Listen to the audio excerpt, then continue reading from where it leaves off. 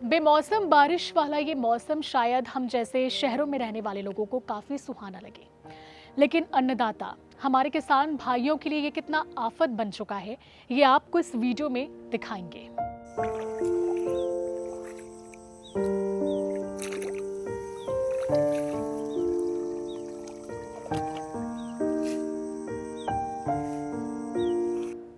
खेतों में खड़ी फसलें बर्बाद हो चुकी हैं, किसानों की आंखें नम हैं।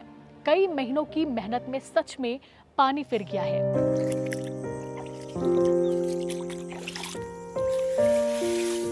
अब इन किसानों को सरकार से बस उम्मीद है। ये वीडियो कवर्धा जिले का है, जहां के कुसुम घाटा गांव के एक किसान हैं, ध्रुव कुमार वर्मा। उन्होंने ये वीडियो भेजा है, इसलिए हमने सोचा कि ये वीडियो आप तक पहुंचाए और आप इस वीडियो को ज्यादा से ज्यादा लोगों तक शेयर करें, ताकि ये जिम्मेदारों तक पहुंचे और ऐसे ही ना जाने कितने किसान होंगे जिनकी फसलें बर्बाद हुई है, उन्हें मुआवजा मिल सके।